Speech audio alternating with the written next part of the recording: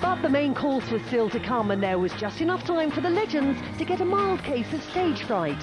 Are you able to pop wheelies going up the hills? Are you brave enough to still do that?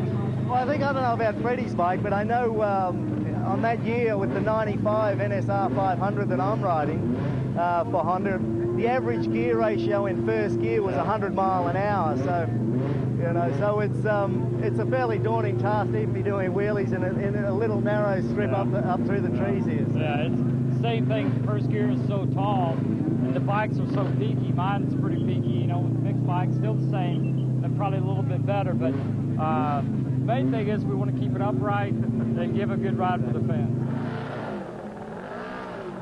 Motorcycles are very popular at the festival. There's always around 50 of them, which between them celebrate the entire history of bike racing. And this 1927 Brough Superior SS100 is a good example of the quality of the show. The Rolls-Royce of motorcycles at the time, and British. And this 500cc supercharged TT-winning BMW from 1939 introduced telescopic front dampers and rear suspension to bikes for the very first time.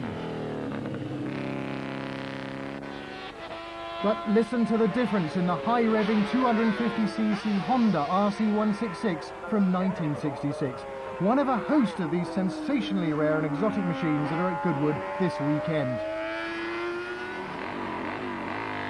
The deep growl of this 1958 British Vincent outfit means a 1000cc engine, and John Renwick's superb outfit shows well all the gladiatorial appeal of this kind of racing. Just look how the passenger moves around to keep the machine balanced and as aerodynamic as possible.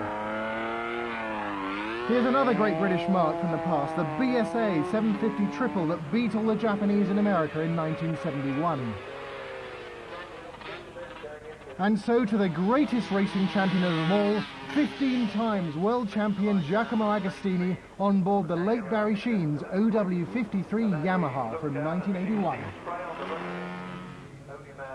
Here's another great 500cc world champion, the American Freddie Spencer on board his 1985 Honda NSR 500. That's the very machine on which he won his second world title, having lost his crown to Yamaha the previous year.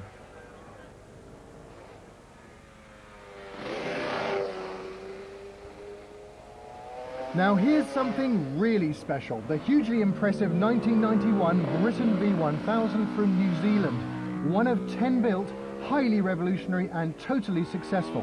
It remains the fastest ever bike at Daytona at 189 miles an hour. Another Honda NSR 500, but this time from 95 and ridden by 5 successive 500cc world title hero Mick Doohan. And here's another revolutionary bike, seen out for the first time in Britain, the 800cc snowmobile engined Tularis.